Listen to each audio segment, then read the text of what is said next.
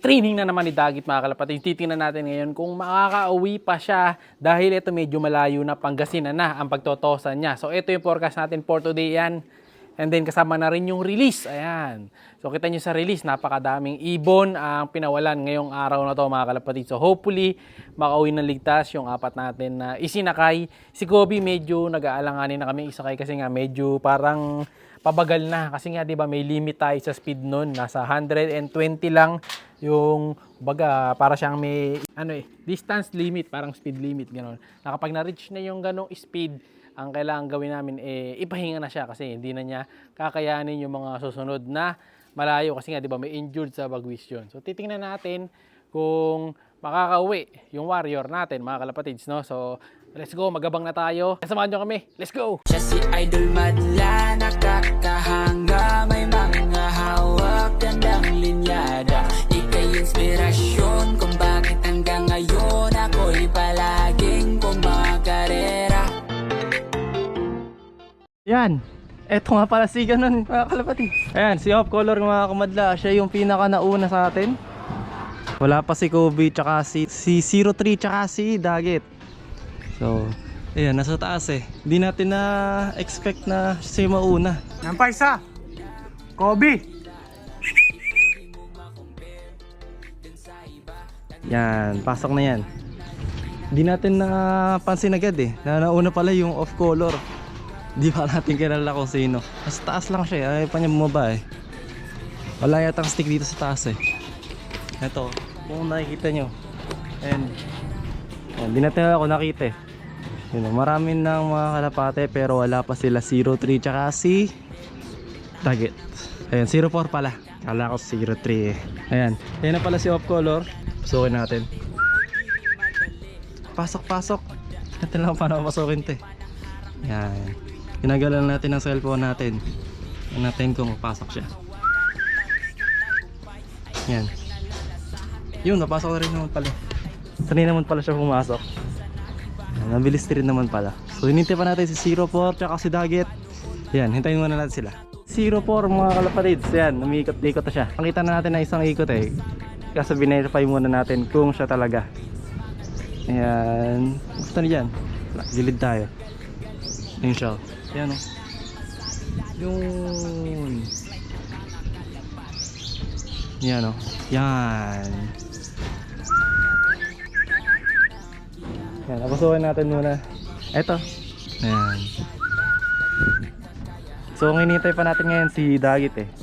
So medyo matagal pa si Dagit yan.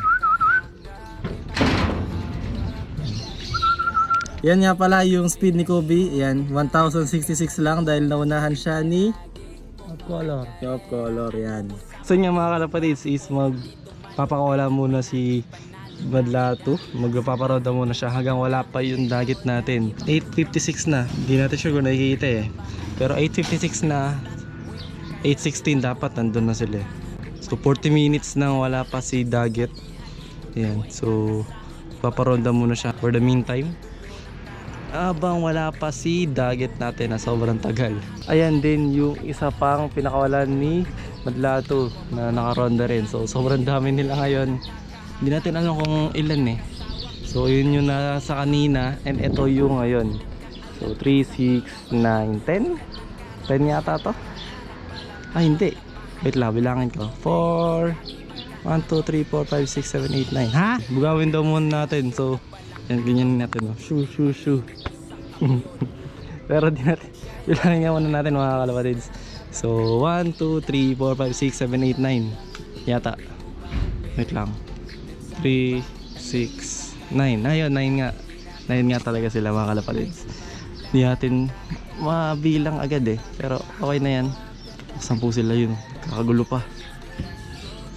Hindi natin agad na video yung ganun eh. Pagpakawala eh. Ayan. Hinahanap pa rin natin si ganun eh. Si Dagit eh. Kaya yun. Baka nagtupay muna. Bago makauwi. Na. Shung. Di ba? Ang galing ka talaga. Inugaw muna natin. Dahil sabi is bugawin muna daw. Para naman ganun. Kapag-exercise sila. So yun nga mga kalapatids is nagtatawag na si Madlato. Dahil ito na yung mga ibon natin. Pagod na. Yan o. Yun, may pito-pito na siya. Para masok na yung mga ibon natin na pinoronda. So, sinabi ko sa inyo is binugo-bugo nga natin kanina, di ba? So, after 5 minutes pa siguro na, after 10 minutes na bugaw is, ayan na sila. Pagod na. Nakakanga na. Yan, hintayin lang natin silang pumasok. So, yun nga mga kapatids is, wala pa rin si Dagit. Nag-iisang oras na pero wala pa rin siya. Sayang talaga yung Dagit natin ngayon. Di pa nga natin alam kung uuwi din siya eh. Ayan, so yan na si Manlato, nagtatawag na. Ayan na pala si Dagit mga kalapatids. Ayan, so nandito na tayo sa loop. Ayan, check natin si Dagit. Ito pala si Dagit natin mga kalapatids. Ayan, sara lang natin to. So di na natin daw i-sticker or hindi na natin siya ikakalak dahil nga wala na sa ganun din. Sobrang tagal na rin niya. Yan yung sticker niya mga kalapatids. Yan o. Nakita naman natin pero yan nga. Hindi na siya pagod eh. Siguro nagkaping nga to. Nagpahinga lang to sa gilid hanggang tumagal. Dahil 1 oras na rin siyang wala pa. Kaya yan. Pero congrats pa rin naman dahil nandiyan pa rin si Dagit. So yan, magpapainom na si Madlato ng water. Ayan. Ayan, di pa alam ni Dagit kung saan siya inom. Taso sa baba. So yan, uminom na siya. Yan. Dami na rin siyang nainom. Yan. So yan, tapos na natin na painom. Yan, pakainin na lang natin maya maya. So yun yung mga kalapatids, isa pakainin natin tong si Kobe tsaka si Dagit. So yan, sisimulan na ni Kobe. Si Dagit medyo nahihiya pa yata eh. Time check, 1:39 at dahil 1:39 na, nagpawala na nga pala tayo ng mga warriors natin dito. Dito may grizzle yata ako nakita na dumapo dito eh. Sana. Ito, nabatcher na rin yung mga training natin mga kalapatids. Maganda pa uwi natin at yung training natin maganda rin ang naging resulta. Ayun sila, nabatcher na yung tatlong sinasabi ko sa inyo. Pero wala na tayong line reveal na gagawin dahil nga medyo delicates. Nawawala pa rin sila kahit na ganito. So ayun yung grizzle natin, antikas mga kalapatids. Pogi-pogi yung grizzle saka yung dalawang blue bar na naka gold ring. No, hindi naman natin go-gold ringan yan kung may ng klase. Kaya naka-gold ring yan kasi pang malakasan yan mga kalapatids. Buti na lang, batcher na sila. Ito yung huling na batcher yung grizzle. Pero matindi pa rin siya. So ito yung Muleman Cross Alphonse Vandenbroek. Nakaligtas sa training. Ito pa, yung isa.